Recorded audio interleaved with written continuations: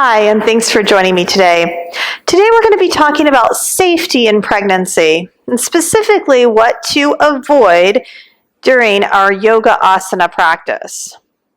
As I mentioned before, there aren't too many things that you need to avoid. There aren't very many counterindications for a healthy, happy pregnancy, but there are some conditions that might complicate things.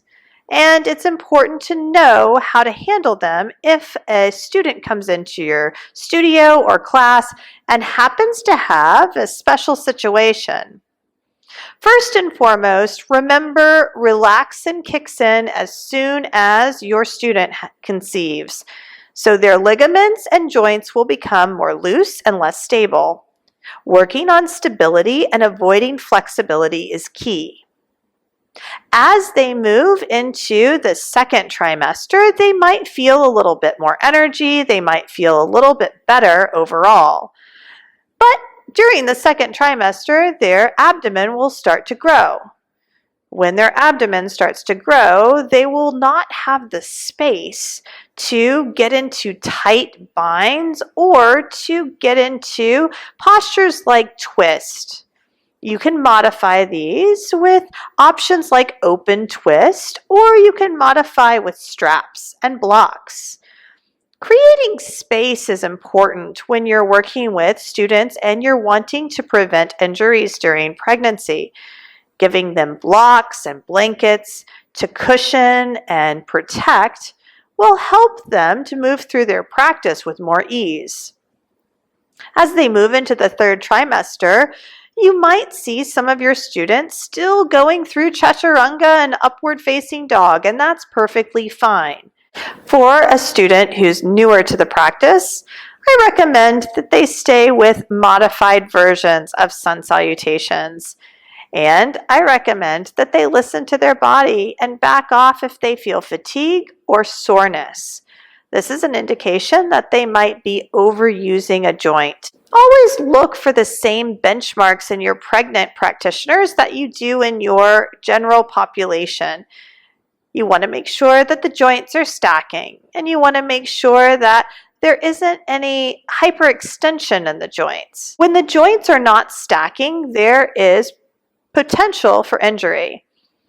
When the joints are in hyperextension, there's also potential for injury.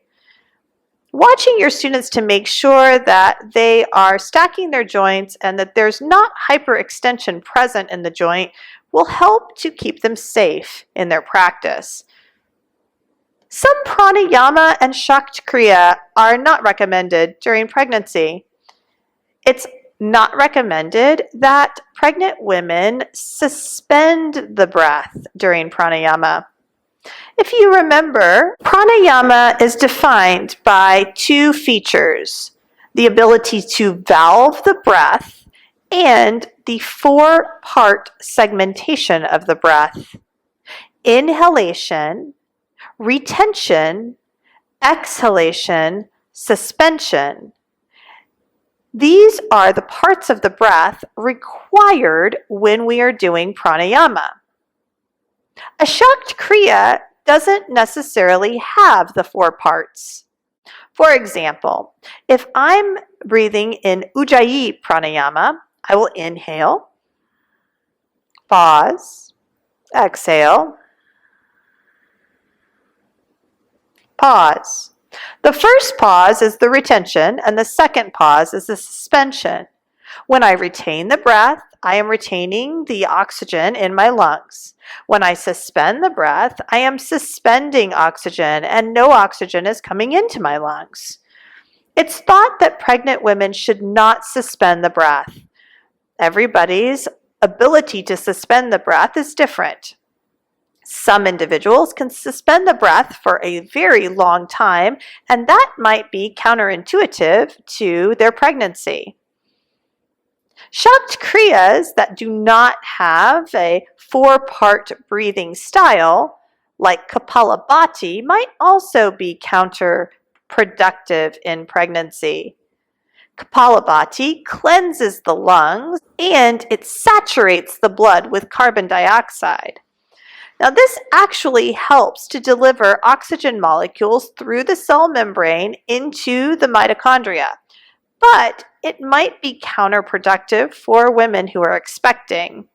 It's better just to shy away from it, especially in the third trimester, when breathing is already difficult because of the uterus's pressure on the internal organs and the diaphragm. During the third trimester, you'll also want to make sure that your students aren't laying flat on their back. Up until about 20 to 25 weeks, students can lay flat on their back without any problem. After 20 to 25 weeks, depending on the weight and the build of the student, they can experience complications when they lay flat on their back. This is due to compression of the vena cava that supplies blood to the uterus. If the blood supply is restricted, then oxygen to the fetus is restricted, and typically the fetus will kick or get agitated because it knows it needs something. This is an indication for the mother to roll over or turn to their side. This is easily modified by rolling up a blanket and placing it underneath the right side of the body. This way, the torso leans more to the left and the pressure is taken off of the right side. In pregnancy, many women are instructed to sleep on their left side for this very reason. Overall, many women practice yoga throughout their entire pregnancy, and it is completely safe to do so. When you are working with students who are expecting, it's important to reassure them and to normalize their feelings and the situation that they find themselves in. Lots of women find themselves in many different situations during pregnancy, and they're not alone, even if it feels that way. Remind them that their yoga practice can be an anchor to come back to their breath, to come back to their body, and come back to balance.